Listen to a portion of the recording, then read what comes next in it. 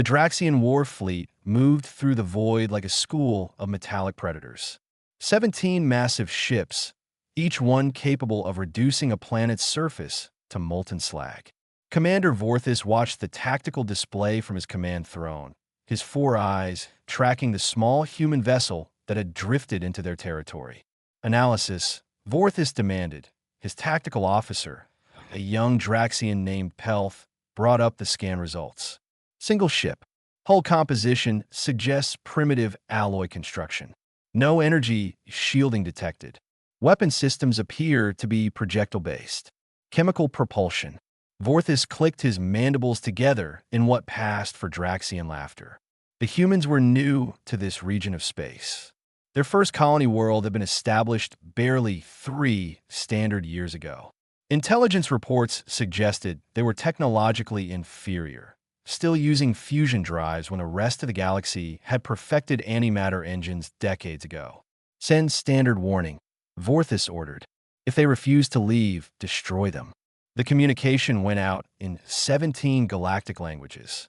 The human ship received it, according to the sensors. Then something strange happened. Instead of turning away or powering weapons, the human vessel began broadcasting. Commander, we're receiving a massive data transmission from the human ship, Pelth reported, confusion evident in his voice. Multiple channels, multiple formats. What kind of data? Unknown. It appears to be unencrypted. Just raw information streaming on all frequencies. Vorthis felt irritation crawl up his spine. Jam it. Fire a warning shot across their bow. Show them we're serious. The flagship's main plasma cannon charged and released a bolt of superheated matter that streaked past the human ship, missing by barely 50 meters. Enough to vaporize their hull if they had been in the path. The message was clear. Leave or die. The human ship didn't leave. The data stream intensified. Commander, something's wrong with our navigation system, called out the helm officer. I'm getting conflicting coordinates. The computer is trying to route us toward the dead star in Sector 9. Override it manually. I'm trying, but the system keeps reverting. Vorthis stood from his throne. Cut the transmission from that human ship. Block all incoming signals. Sir, I can't. The data is coming in on frequencies our filters aren't designed to block. It's not following standard communication protocols. It's just broadcasting everything at once. On the tactical display, green indicators began turning yellow, then red. One by one, systems across the fleet started reporting malfunctions. Nothing critical yet, but enough to be concerning. Environmental controls fluctuated. Weapons targeting drifted off their lock points. Communication between ships became garbled with strange interference. Then Vorthis heard it. A voice speaking through the ship's internal communication system. Speaking in perfect Draxian with the proper clicks and tonal shifts. Commander Vorthis, you have 3 hatchlings waiting for you on the homeworld. Velna is 7 years old. Kresh is 4. Thim is barely 2 months hatched. Vorthis felt his blood turn cold. That information was classified. Personal files, encrypted and stored in secure databases light years away. The voice continued, now coming from every speaker in the command center. You told Velna you would return after this patrol. You promised to take her to the Crystal Gardens in the capital. She asks about you every day. Do you want to see her again? Shut that off. Vorthis roared. His communication officer was frantically working the controls. I can't find the source. It's not coming from our system. It's being broadcast from the human ship and somehow playing through our speakers. Other voices joined in. Personal messages to other crew members. Private conversations. Fears. Secrets. Things that should have been impossible for anyone to know, let alone an alien species they had never encountered before. Pelth, you embezzled funds from the military supply depot. 3,000 credits. You used it to pay for your mate's medical treatment. Pelth's scales turned pale. How could they possibly know that? Throughout the fleet, chaos erupted. Ships veered off course. 2 destroyers nearly collided as their navigation systems sent them toward the same coordinates. Life support on one vessel began cycling to dangerous levels. Weapons systems on another locked onto friendly ships, but the worst part was the psychological impact. Every crew member heard their secrets broadcast. Private shames, hidden fears, buried mistakes. The humans were attacking them with their own memories, their own guilt. Vorthis made a decision. Full retreat. All ships. Emergency jump to rally point 7. Now, sir, our jump drives are calculating incorrect coordinates. The helm officer protested. Then calculate them manually. I don't care if it takes an hour. We're leaving this sector. As the Draxian fleet scrambled to escape, the human ship sent one final message. This time in clear galactic standard language, calm and professional. This is the human vessel Falcon. You have entered protected space. This was your only warning.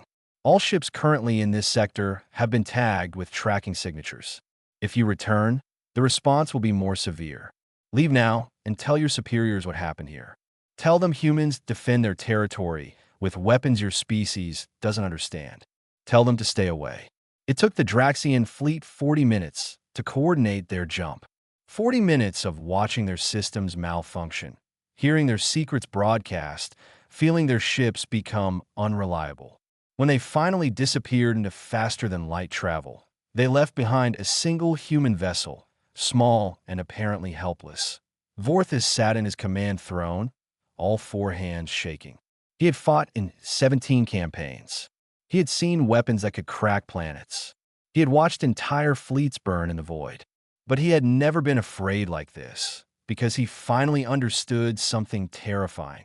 The humans hadn't fired a single weapon. They hadn't needed to. They had simply shown the Draxian fleet that their ships, their systems, their very minds could be turned against them with nothing but information. 3 days later, Vorthis filed his report with Draxian High Command. His recommendation was simple and absolute. Avoid human space at all costs. The humans possessed a weapon that made all conventional military power irrelevant. His superiors read the report. They didn't believe it. Not yet. But they would learn, just as Vorthis had learned. The galaxy was about to discover that humanity had brought something new to the ancient game of war. Something that couldn't be fought with shields or armor or bigger guns. The humans had weaponized information itself, and nothing in the galaxy was prepared for it. Ambassador Wren reviewed the incident reports for the 14th time. The Korthi were a species built on logic and systematic analysis, and this situation defied both.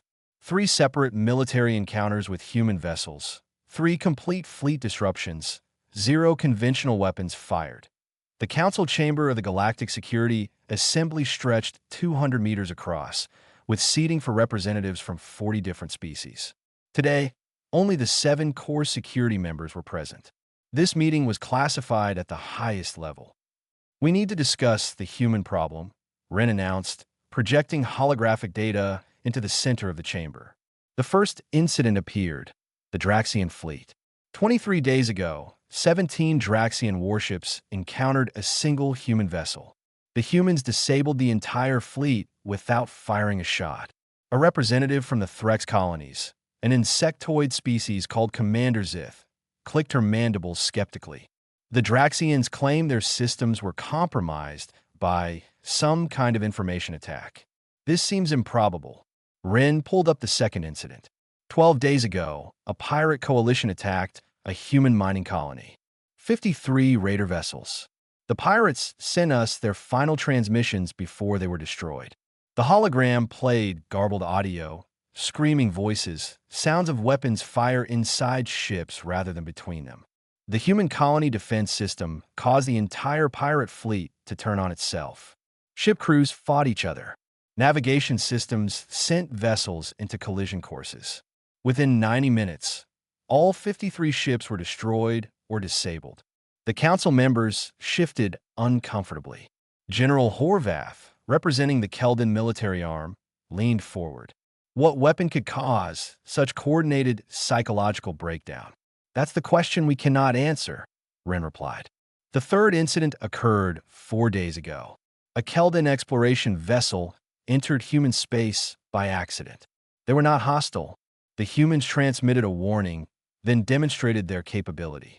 The exploration ship's entire computer system crashed. Every system, simultaneously. The crew had to be rescued by emergency services. Ren pulled up technical analysis data. Our best scientists have examined the available evidence. The humans are broadcasting massive amounts of data across all frequency ranges. But it's not a traditional jamming signal or electronic warfare attack. They're sending actual information, terabytes per second. Images, sounds, text, code, all mixed together in chaotic patterns. How does random data disable military systems?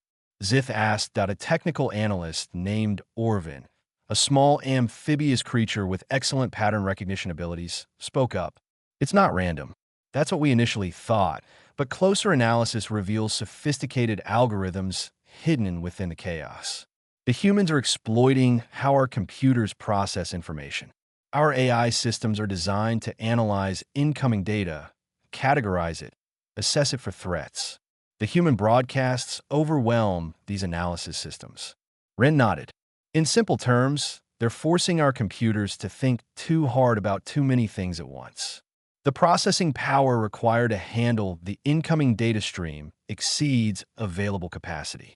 Systems crash or malfunction as the AI tries to keep up. Then the solution is simple, General Horvath said. Design filters that block the human transmissions. We tried that, Orvin replied.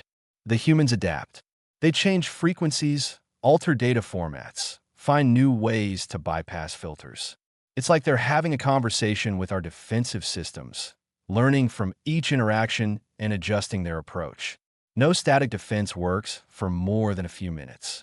The chamber fell silent. Finally, Counselor Prath, an elderly being from a species that had survived 3 galactic wars, spoke in a wheezing voice. What about the psychological component? The reports mentioned that the humans were broadcasting personal information about crew members. How did they obtain such data? Ren displayed intercepted human communications. We believe the humans have developed extremely sophisticated intelligence gathering systems. They appear to have infiltrated our communication networks, possibly years ago. They've been collecting data on our species, our languages, our psychology, our personal information. When they attack, they use this information to maximize disruption. That's impossible, Sif protested. Our military networks are isolated and encrypted. Apparently not well enough, Ren said quietly. The humans specialize in information systems. It's their primary technology. While we invested in plasma weapons and shield generators, they invested in computing power and data analysis. They may be inferior in conventional warfare, but in this specific domain, they're far ahead of us. General Horvath slammed his appendage against his desk. This is unacceptable. Are you suggesting we're defenseless against a species that just achieved faster than light travel 3 years ago? I'm suggesting we don't understand the nature of the threat, Ren corrected.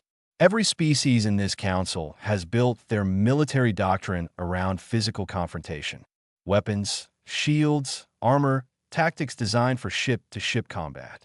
The humans aren't playing by those rules. They're attacking the infrastructure that makes our ships function. It's as if we spent centuries perfecting sword fighting, and they invented a weapon that rusts metal. Counselor Prath wheezed thoughtfully. What do we know about human military philosophy? Ren pulled up cultural analysis reports. Humans are unusual. They're one of the few species that achieved nuclear weapons before space travel. They spent centuries fighting each other with increasingly destructive weapons, then somehow stepped back from annihilation and formed a unified government. Their military history is filled with examples of asymmetric warfare, using intelligence and deception rather than raw power. They're survivors, Orvin added. Their home world is classified as a Class 7 Deathworld. Extreme weather, dangerous predators, multiple extinction-level events in their geological history. They evolved to adapt quickly and think creatively under pressure. Ziv made a dismissive gesture. Creative thinking won't help them against a full battle fleet. We should send a task force to their home system and demand they surrender this weapon technology. That would be catastrophic, Ren said firmly. If humans can disable 17 Draxian warships with one vessel, imagine what they could do to a full invasion force. we'd be handing them an opportunity to capture our most advanced ships intact. Or worse, to demonstrate their capability on a scale that would terrify the entire galaxy. Then what do you suggest? General Horvath demanded. Ren had been dreading this moment. We need to talk to them. Send a diplomatic mission to Earth. Understand what they want, what they're capable of, and find a peaceful solution before this escalates into a war we cannot win. The council debated for 3 hours. Species that had fought each other for centuries found common ground in their fear of this new threat. Finally, they reached consensus. A diplomatic mission would be sent to Earth. Ambassador Ren would lead it, accompanied by military advisors and technical experts. As the meeting concluded, Counselor Prath approached Ren privately. You're walking into unknown danger, Ambassador. The humans may decide to demonstrate their weapon on your ship. I'm aware of the risk, Ren replied. But someone needs to talk to them before the hawkish elements in our governments decide to strike first. If we attack Earth without understanding what we're facing, we might start a war that destroys galactic civilization as we know it. Pratha's old eyes studied Ren carefully. You think they're that dangerous? I think there's something we've never encountered before, Ren said. And that makes them the most dangerous thing in the galaxy. The diplomatic mission would depart in 3 days. Ren spent those days reviewing everything known about human culture, history, and psychology. The more information discovered, the more concerned Ren became. Humans weren't just technologically different. They were fundamentally different in how they thought, how they organized their society, how they approached conflict. The galaxy was about to have its first real conversation with humanity. Ren just hoped both sides would survive it. The diplomatic shuttle descended through Earth's atmosphere, passing through layers of orbital defense satellites that tracked every movement with unsettling precision. Ambassador Ren watched through the viewport as blue oceans and green continents grew larger. The planet looked deceptively peaceful. Sensors detect significant electromagnetic activity across the entire planetary surface, reported the shuttle pilot, a nervous young Threx named Silk. Communication signals, data transmissions, power grids, all operating at levels far beyond what we'd expect for a species of this development stage. Ren studied the scanner readings. The pilot was right. Earth's electronic infrastructure was incredibly dense. Billions of devices, all connected, all transmitting. The planet hummed with information flow like nothing seen in the galaxy before. They're talking to each other constantly, Ren observed. Every human seems to be connected to their global network. The shuttle landed at a facility in what humans called North America, in a mountainous region far from major population centers. Security was tight, but not overtly military. Human guards carried weapons, but seemed relaxed, almost casual. This wasn't the behavior Ren expected from a species that had just frightened the most powerful military forces in the galaxy. A human woman waited at the landing pad, flanked by several assistants. She was middle-aged by human standards, with graying hair and sharp eyes that assessed the alien delegation with obvious intelligence. Ambassador Ren, she said in perfect Korthi, the linguistic accuracy startling. I'm Dr. Olivia Grant, Director of Strategic Information Systems. Welcome to Earth. You speak my language, Ren noted. We've had 3 years to study the languages of neighboring species, Grant replied, switching to Galactic Standard. We're fast learners. Please follow me. I understand you have questions about our defensive capabilities.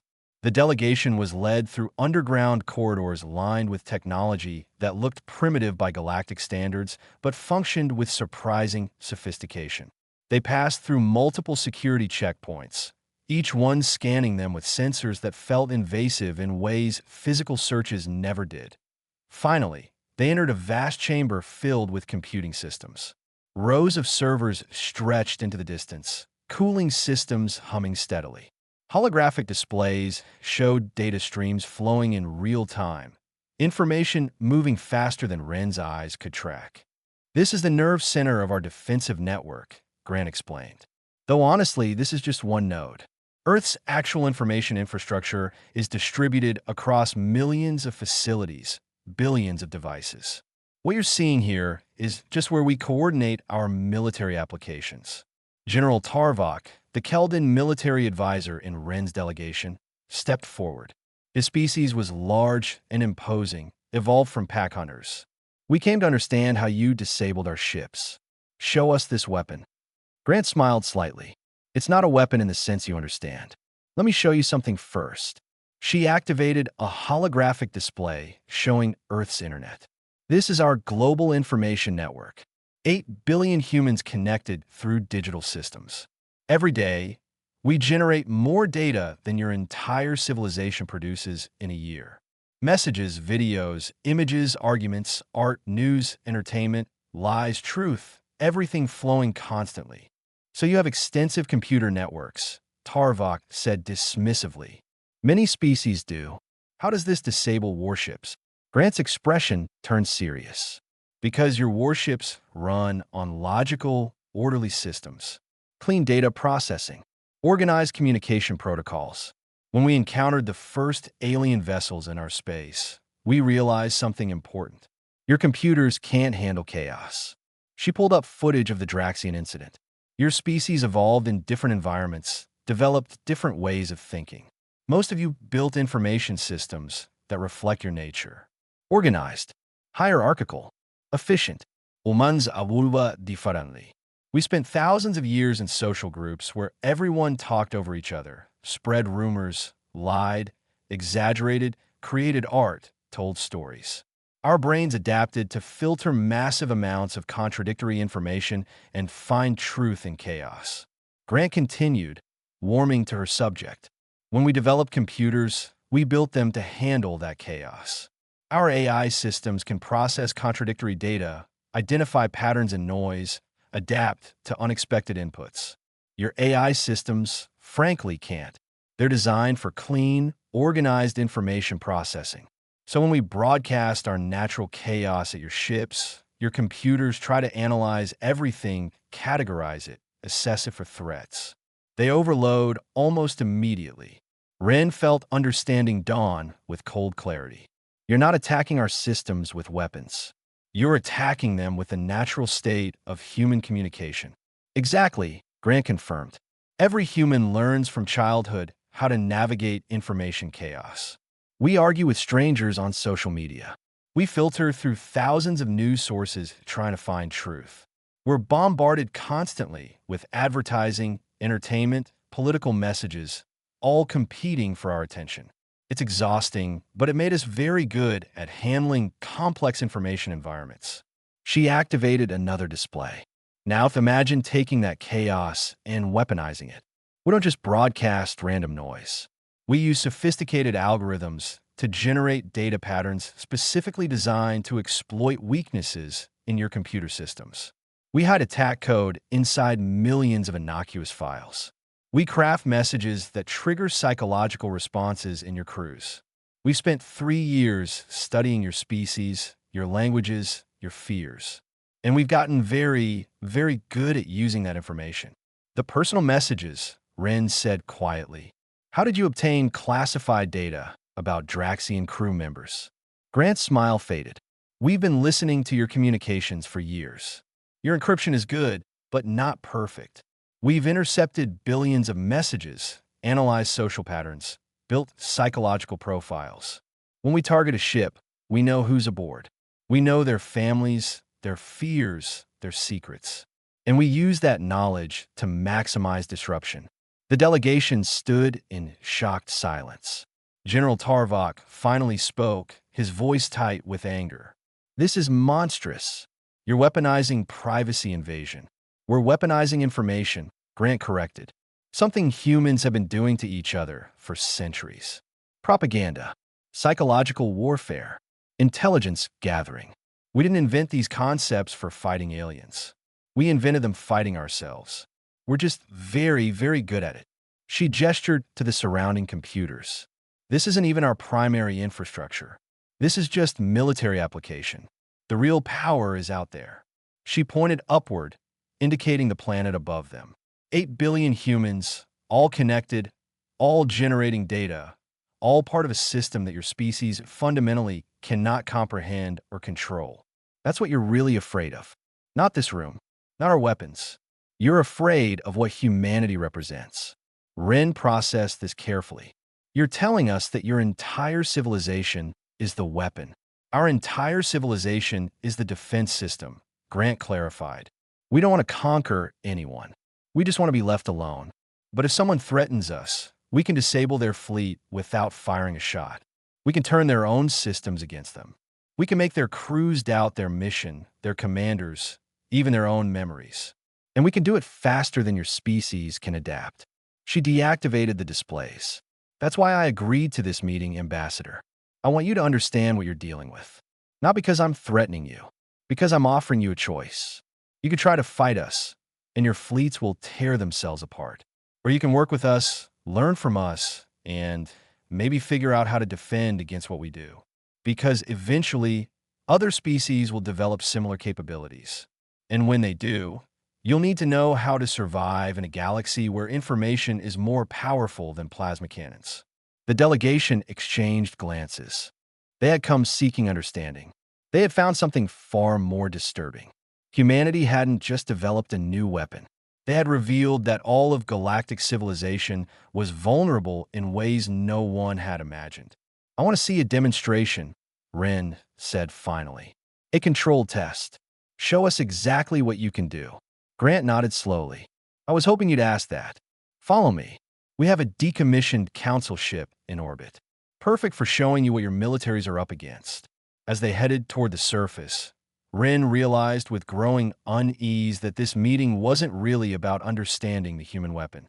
It was about understanding that humanity had fundamentally changed the rules of galactic power, and nothing would ever be the same. The observation deck orbited Earth at 20,000 kilometers, offering a clear view of the test zone. Ambassador Ren stood with the diplomatic delegation, watching a decommissioned Galactic Council patrol ship float in the designated area. The vessel was 3 years old, equipped with the latest defensive systems and AI control networks. A perfectly representative example of modern galactic military technology. That ship is worth more than most planetary defense budgets, General Tarva commented. You're certain you want to use it for this demonstration?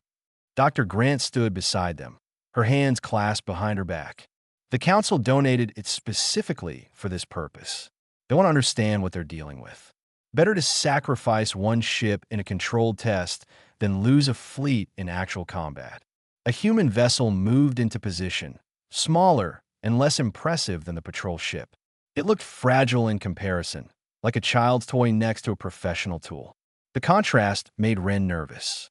If this small ship could truly disable the patrol vessel, the implications were staggering. We're ready to begin, Grant said quietly. She activated a communication channel. Falcon, you are cleared for demonstration.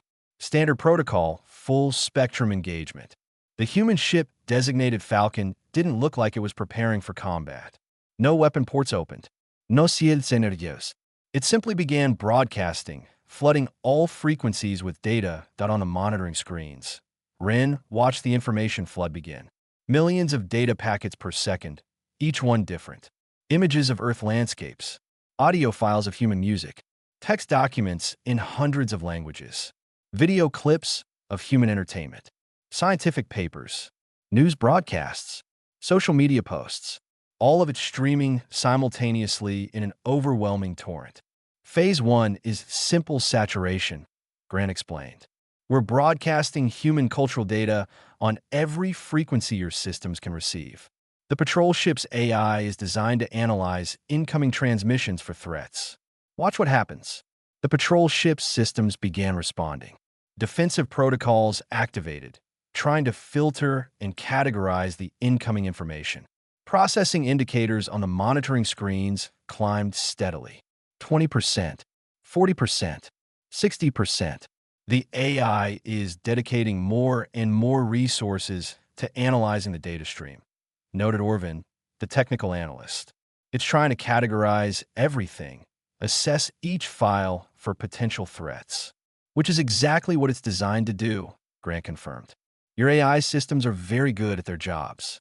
Unfortunately, that makes them predictable. They follow logical protocols. Assess, categorize, prioritize, respond. We're exploiting that logic. Processing power reached 80%. Warning indicators appeared on the monitoring screens. The patrol ship's navigation system began reporting errors. Weapons systems showed targeting drift. Phase 2, Grant announced. Now we introduce adaptive algorithms. The data stream changed subtly. Ren couldn't see the difference with the naked eye, but the monitoring screens showed the effect immediately. The patrol ship's AI began allocating even more processing power, now approaching 95% capacity. What did you do? Ren asked. We're feeding the AI logical paradoxes disguised as legitimate data, Grant explained. Self-referential loops. Contradictory instructions hidden in file metadata. The AI tries to resolve these contradictions because that's what it's programmed to do. But they're designed to be unresolvable. The system gets trapped in recursive processing cycles. General Tarvok watched in horror as the patrol ship's systems began failing. Life support fluctuated. Communications went offline. The vessel started drifting off its designated position as navigation controls became unresponsive. Phase 3, Grant said, her voice taking on a harder edge. Personal targeting. The data stream changed again. This time, audio began playing over the patrol ship's internal communication systems. Voices speaking in Galactic Standard. Attention crew of the patrol vessel. We know you can hear this. We know your names. We know your families. We know your fears. The demonstration crew aboard the patrol ship, volunteers who had been briefed on what to expect, still visibly reacted. Their stress indicators spiked on the monitoring screens. We're not actually threatening them, Grant clarified, but we're demonstrating capability. In a real combat situation, we would use specific psychological profiles to craft messages designed to cause maximum disruption. Doubt, fear, confusion. We can make crews question their orders, their commanders, even their own perceptions. The patrol ship went completely dark. Every system offline. The vessel drifted lifelessly, a multi-million credit piece of advanced technology reduced to an inert metal shell. Total systems failure achieved in 4 minutes and 32 seconds, Orvin reported, his voice shaking slightly. All AI functions crashed. Manual overrides non responsive. The ship is completely disabled. Grant signaled to the Falcon. Cease transmission. Begin recovery protocol. The human ship stopped broadcasting. Within seconds, the patrol vessel's systems began coming back online. Emergency power activated. Life support stabilized. The crew regained control of basic functions, though full system restoration would take hours. We designed the attack to be reversible, Grant explained. In combat, we could make it permanent. Corrupt core systems beyond repair. But this was just a demonstration. Rin turned to face her. That patrol ship has the best defensive AI in the galaxy. It was specifically hardened against electronic warfare, and you crashed it in less than 5 minutes. 4 minutes and 32 seconds, Grant corrected gently. And yes, we did. Because your defensive AI, no matter how sophisticated, still operates on logical principles. It can be predicted, exploited, overwhelmed. That's not a flaw in your design. It's just a fundamental limitation of how your species thinks. General Tarvok's expression was thunderous. You're saying we're helpless against this attack. I'm saying your current defensive paradigm is obsolete, Grant replied. You built militaries designed to fight kinetic warfare. Ship against ship, weapon against shield. We're fighting on a completely different level. We're attacking the infrastructure that makes your ships function, the AI that controls them, the crews that operate them. And yes, against that kind of attack, your current systems are largely helpless. She pulled up technical data on the monitoring screens. Look at your defensive protocols. Clean data parsing. Organized threat assessment. Hierarchical response systems. All of it assumes incoming information will be manageable, categorizable, logical. We don't send logical information. We send chaos. And chaos is something humans understand on a fundamental level that your species simply doesn't. Ren studied the data, feeling the weight of what they had witnessed. How do we defend against this? That's the right question, Grant said, approval in her voice. And it has a complicated answer. You need to fundamentally redesign your AI systems to handle chaotic information processing. You need to train your crews to recognize and resist psychological manipulation. You need to segment your ship systems so complete compromise is impossible. And most importantly, you need to change how your entire civilization thinks about information warfare. She gestured to Earth below them. Humans spent centuries fighting information wars against each other. Every human grows up learning to filter propaganda, resist manipulation, question what they're told. We're culturally adapted to chaotic information environments because we created them ourselves. Your species evolved in different conditions. You value order, hierarchy, clear communication. Those are strengths in many contexts, but they're weaknesses in this specific domain. So we have to become more like humans, Tarvok said bitterly. You have to learn from humans, Grant corrected.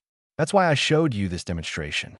Not to threaten you, to make you understand that the galaxy is changing. Information technology is advancing rapidly. Eventually, other species will develop capabilities similar to ours.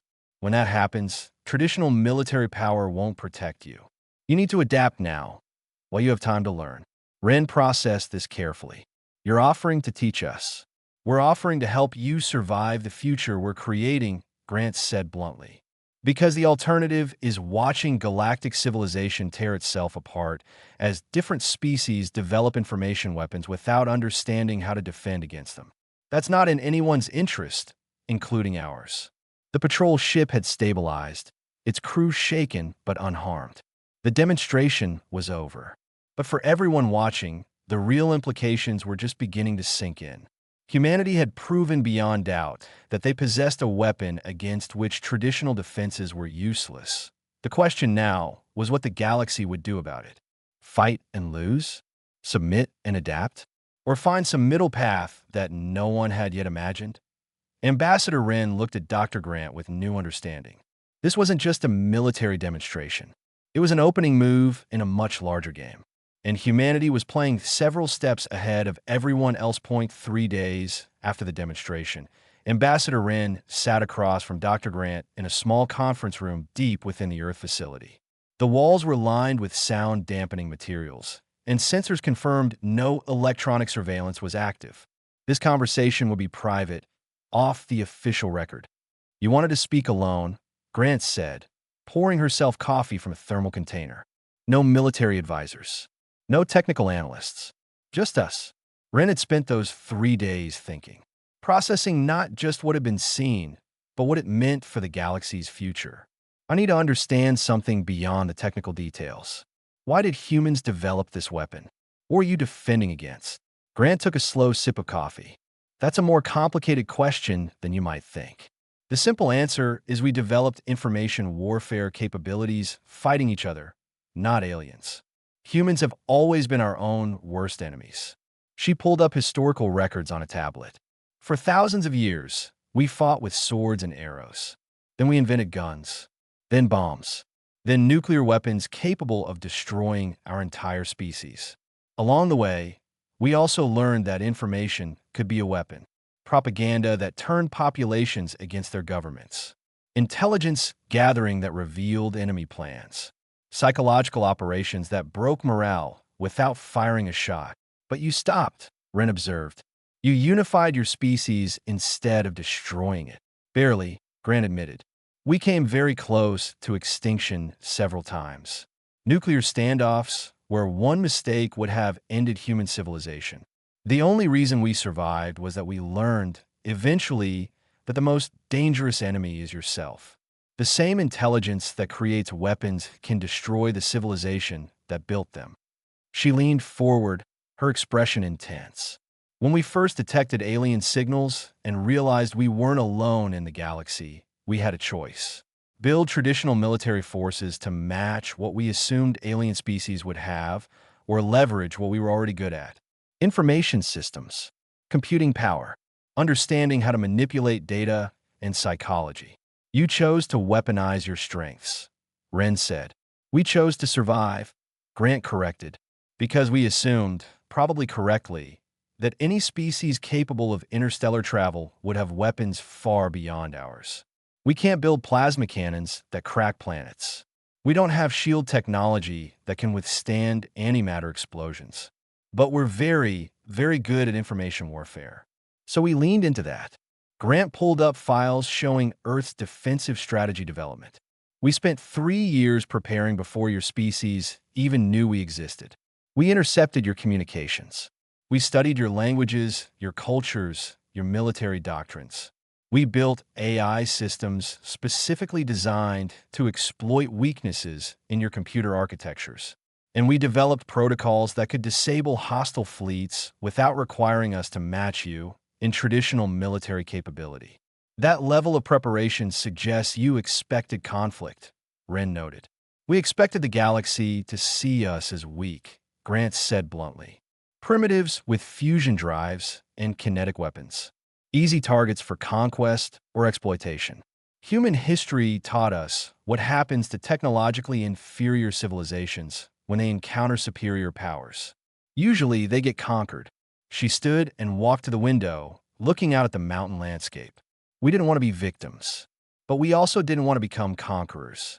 So we developed a defensive capability based on a simple principle. Make it impossible for anyone to attack us without destroying themselves in the process. Information warfare was perfect for that. We could demonstrate overwhelming capability without committing genocide. Wren considered this perspective. You're describing a deterrent strategy, like your nuclear weapons during your pre-unification era. Exactly like that, Grant confirmed. Mutually assured destruction kept humanity from annihilating itself for nearly a century. We adapted that philosophy for galactic relations.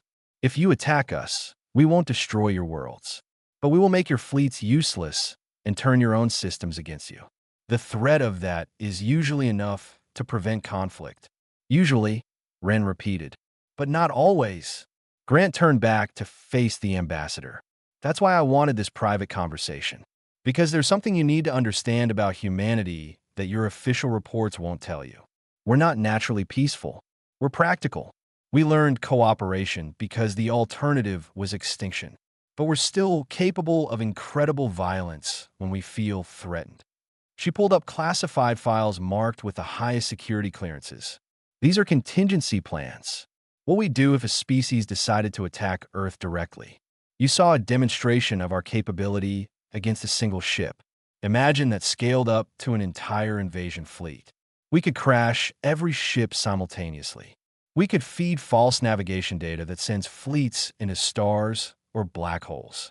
We could turn crews against their officers, cause cascading system failures across hundreds of vessels, make armadas destroy themselves without us firing a single shot. Wren felt a chill run down their spine. You're telling me you could destroy any fleet in the galaxy. I'm telling you we could make any fleet destroy itself, Grant clarified. That's an important distinction. We're not the aggressors, but we're very, very good at defense. And part of effective defense is making sure potential enemies understand the cost of attacking you. She closed the files. That's the real reason I showed you the demonstration. Not to threaten the Galactic Council.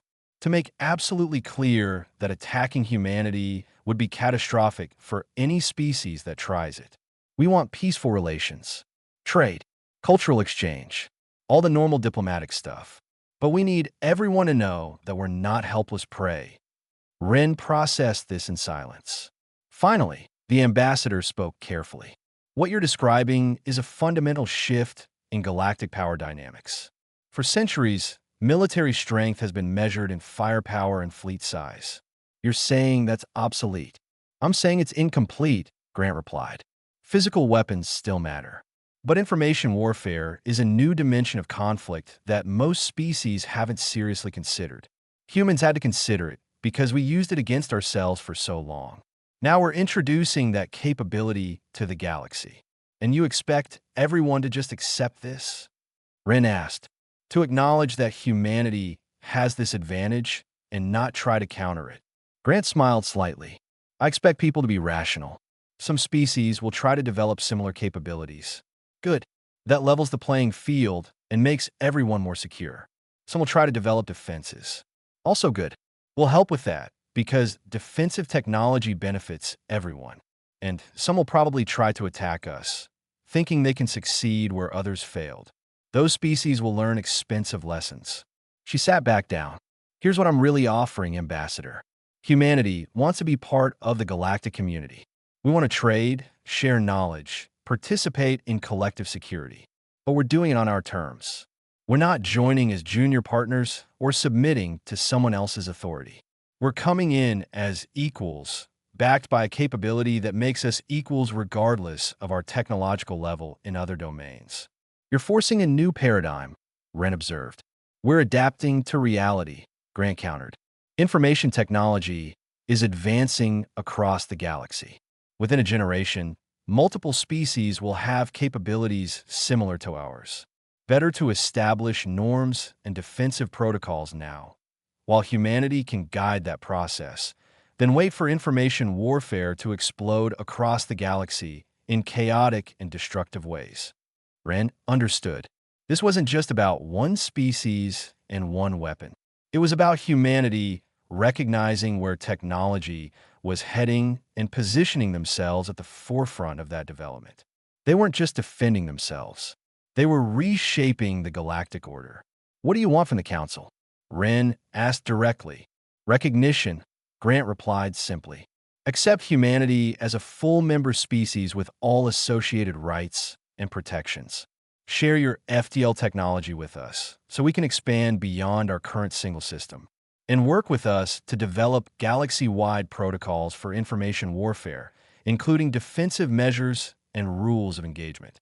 And in return, we share our information security technology. We help other species defend against attacks like the ones we can launch. We contribute our unique perspective and capabilities to collective security efforts. And most importantly, we don't use our advantage to dominate or exploit anyone. Wren studied Grant's face, looking for deception or hidden agenda. Found only honest pragmatism. You realize some species will never accept this. They'll see you as a threat regardless of your intentions. Then they'll be wrong, Grant said firmly. But they'll be wrong from a distance, after they see what happens to species that actually attack us. We're not asking to be liked, Ambassador. We're asking to be respected, and we're willing to demonstrate why that respect is justified. The conversation continued for another hour, but the essential points were clear. Humanity was offering a deal, partnership based on mutual strength, with humans bringing information warfare capabilities that balanced out their weaknesses in other domains. The alternative was continued uncertainty and the risk of actual conflict. When Wren finally left the conference room, the ambassador carried a proposal that would reshape galactic politics. The question was whether the Council would accept it, or whether fear would drive them toward confrontation instead. Either way, humanity had made their position clear. They were here to stay, and they were nobody's victims. The Galactic Security Council chamber had never been so crowded. All 40-member species sent representatives, not just the core 7. Word had spread about the human proposal, and everyone wanted to be present for the decision that would reshape galactic politics. Ambassador Wren stood at the central podium, the human proposal displayed on holographic screens surrounding the chamber. Dr. Grant sat in the observation gallery with the human diplomatic team, watching silently. She had delivered her message. Now, it was up to the galaxy to respond. The proposal is clear, Wren announced, voice amplified to reach every corner of the massive chamber. Humanity requests full membership in the Galactic Council with all associated rights. In exchange, they offered to share defensive information warfare technology and establish protocols for the responsible use of such capabilities. Counselor Prath, speaking for the elder species, was the first to respond. This proposal asks us to reward a species for developing a weapon that threatens all of us. Why should we grant them membership instead of sanctioning them? Wren had anticipated this argument, because sanctions would be meaningless. Humanity exists whether we acknowledge them or not. They control their own space. They've demonstrated capability to defend it against any force we could send. Refusing membership doesn't weaken them. It only ensures they develop outside our influence and without any obligation to follow galactic norms. General Tarvok spoke next, his Kelvin military perspective clear. The ambassador is correct. I've reviewed the tactical analysis. Any attack on human space would result in catastrophic losses. They would disable our fleets before we could engage them effectively. Military action is not a viable option. Then we're helpless, said Representative Morth, speaking for a small industrial species. We must simply accept whatever humans demand. No, Ren replied firmly. We negotiate from a position of mutual interest. Humans want FDL technology and galactic trade access. We want information security and assurance they won't use their capabilities offensively. Both sides have something the other needs. That's the basis for agreement. Commander Zith stood, her insectoid form imposing in the council lighting. I propose we consider what happens if we reject this proposal. Humans remain isolated but powerful. Other species eventually develop similar information warfare capabilities. Within a generation, we face multiple actors with weapons we can't defend against, all operating without coordination or agreed rules of engagement. That scenario leads to chaos. The chamber erupted in overlapping voices as representatives debated among themselves. Ren waited patiently for order to be restored. This was expected. Fear and uncertainty always generated heated discussion. Orvin, the technical analyst, requested permission to speak. I've spent weeks analyzing human information systems. Their technology is sophisticated but not magical. With human cooperation, we could develop defensive protocols within 5 to 10 years. Without their cooperation, we'd be working blind, possibly for decades. The choice is whether we learn from them or try to match them through independent research. Learning from them makes us dependent on their knowledge, argued a representative from the Threx mining colonies. They could teach us partial defenses while keeping superior capabilities for themselves. Dr. Grant stood in the observation gallery. Ren gave her permission to address the council directly. She descended to the floor, standing beside the ambassador. You're right to be suspicious, Grant said, her voice carrying clearly. Humans have lied to each other for thousands of years. We've hidden military capabilities, maintained strategic advantages, played political games. But here's what you need to understand. We already have the advantage. We don't need to maintain it through deception. She activated a personal holographic display. Every species in this chamber is dependent on computer systems we could theoretically compromise. Your communication networks, your financial systems, your logistics infrastructure. If we wanted to dominate the galaxy, we could do it right now without ever sending a military vessel beyond our solar system. The chamber went silent. Grant continued, We're not doing that, because humans learned a hard lesson over many centuries. Domination through force or deception is unstable. Eventually, subjects rebel. Systems collapse. The only sustainable form of power is cooperation backed by mutual respect. That's what we're offering. Not submission. Partnership. She looked around the chamber, making eye contact with representatives from different species. We know you're afraid. Fear is rational when confronting something you don't understand.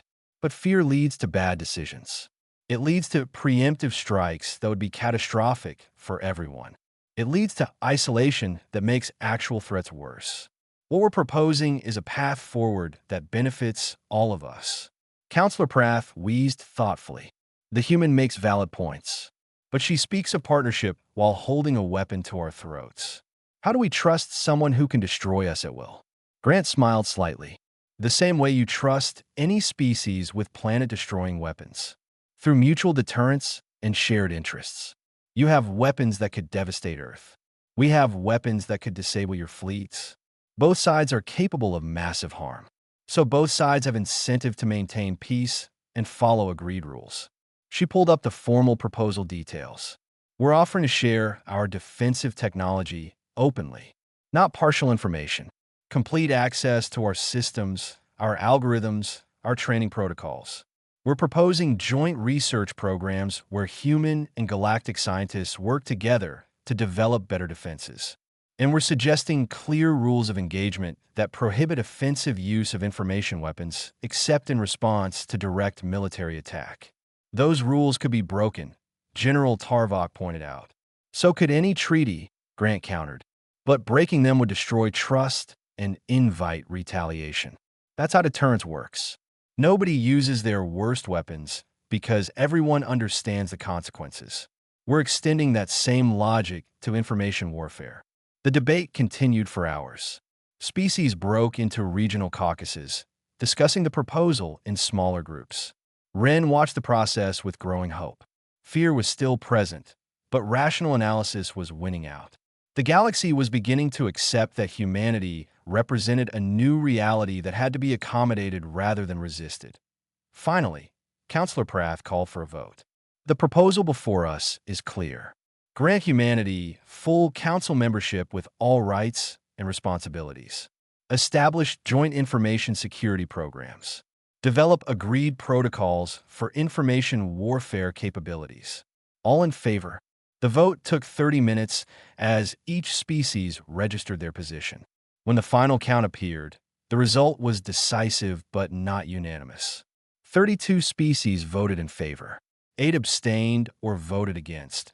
Mostly hardline military powers that still harbored hope of countering humanity through force. The proposal passes, Councillor Prath announced. Humanity is hereby recognized as a full member species of the Galactic Council. Ambassador Grant, your delegation will be provided with standard FTL technology specifications and trade access protocols. Welcome to the galactic community. Dr. Grant bowed formally. On behalf of humanity, we accept this membership and the responsibilities it entails. We look forward to contributing our unique perspective and capabilities to our shared security and prosperity. As the session concluded, representatives approached the human delegation with mixed emotions. Some offered genuine welcome. Others maintained wary distance. A few made veiled threats about what would happen if humans abused their new position. Grant handled it all with diplomatic grace, but Ren could see the calculation behind her eyes. Humans had achieved their primary objective. They were now part of the galactic establishment, not isolated outsiders. But more importantly, they had fundamentally changed the conversation about power and security. Later that evening, Ren and Grant stood together on an observation deck, watching Earth rotate slowly below them. You won, Ren observed. You brought humanity into the galactic community on your own terms. Grant shook her head slightly. Nobody won. We reached an accommodation that serves everyone's interests. That's different from victory. Your species gained significantly more than you gave up. For now, Grant acknowledged. But within a generation, other species will have capabilities matching ours. The advantage we held will diminish. What won't diminish is the framework we established today. Rules for information warfare. Cooperative defense development. A precedent that new capabilities don't have to lead to conquest or chaos. Ren considered this. You're thinking long-term, beyond humanity's immediate advantage. We're thinking survival, Grant replied. Humans learned that winning temporary advantages through force or deception leads to cycles of conflict and eventual destruction. The only way to truly survive is to build systems where everyone benefits from cooperation more than they'd gain from conflict. That's what today's vote created. A galaxy that can adapt to information warfare without tearing itself apart. Some species will still try to attack you, Ren warned. The hardliners won't be satisfied with diplomatic accommodation. Grant nodded calmly. And they'll learn the same lesson the Draxians learned. We're not helpless victims, but we're also not conquerors. We're simply a species that refuses to be destroyed or dominated. Anyone who tests that will regret it. But anyone who works with us will find we're loyal partners. As they watched Earth below, Ren realized the full scope of what had happened. Humanity hadn't just joined the galactic community. They had reshaped it. They had introduced a new dimension of power that couldn't be measured in fleet size or weapon strength. They had proven that information and understanding could be more valuable than traditional military might. The galaxy would adapt to this new reality. Some species would embrace it. Others would resist. But the fundamental change had already occurred. Humanity had arrived, and nothing would ever be quite the same. Doctor Grant finished her coffee and turned to leave the observation deck. Ambassador, thank you for guiding this process fairly. You could have pushed for rejection out of fear. Instead, you advocated for reason. I advocated for survival, Ren replied. Mine and everyone else's. Your species gave the galaxy a choice between wisdom and catastrophe. I am glad we chose wisdom. Grant smiled. So am I. Because the alternative would have been tragic for all of us. Now we have a chance to build something better. A galactic community where power comes from cooperation and understanding, not just from who has the biggest guns. She headed toward the transport bay, leaving Ren alone with thoughts about the future. The ambassador understood something profound had shifted today. The age of purely military power was ending. The age of information, understanding, and strategic partnership was beginning. And at the center of that new age stood humanity, a species that had weaponized chaos, survived their own worst impulses, and emerged ready to help others navigate the complexity they themselves had mastered through centuries of trial, error, and near extinction. The galaxy was entering uncharted territory. But for the first time in a long while, Ambassador Ren felt genuine hope that it would be territory worth exploring.